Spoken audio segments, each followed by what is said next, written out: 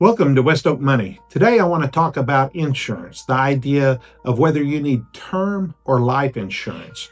The idea of life insurance is to cover the cost of income in case a loved one passes away, to cover the debts, perhaps a mortgage, car payments, and then to fund those goals, whether they be educational or other. The idea is you buy insurance and you transfer that risk to the insurance company.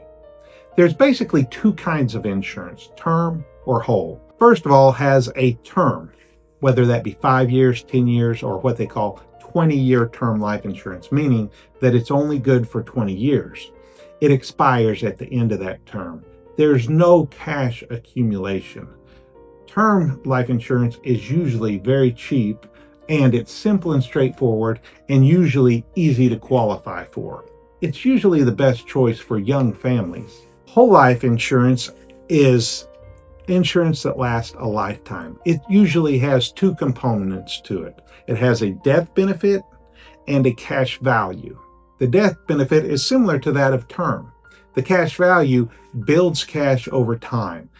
It is significantly higher in the premiums, and the cash in the investment side of it does grow tax deferred. Used to, whole life insurance was sold as a estate planning instrument, but with the state tax exemption now north of 20 million, it's not as useful for most families. How do you choose between term insurance and whole life? Most every time you're going to choose term. The only time you're going to need whole life insurance is if you need a permanent situation, which most families do not need that. Common mistakes to avoid when picking the value of your insurance is making sure that you're not underinsured, figuring out what is it going to take to replace the income of the breadwinner? What is it going to take to replace the income that the caregiver brings in? Even though currently it might be zero, if you were to have to hire those services out, it would be significant. And then also making sure you account for all debts and goals that you want to do, perhaps a mortgage, a car, a college education, and such. So make sure you do not buy insurance strictly for an investment vehicle.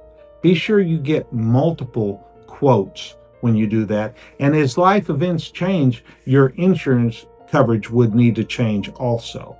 So if you need a quick assessment, write down those debts, write down those goals, and compute what a breadwinner is going to bring in over time.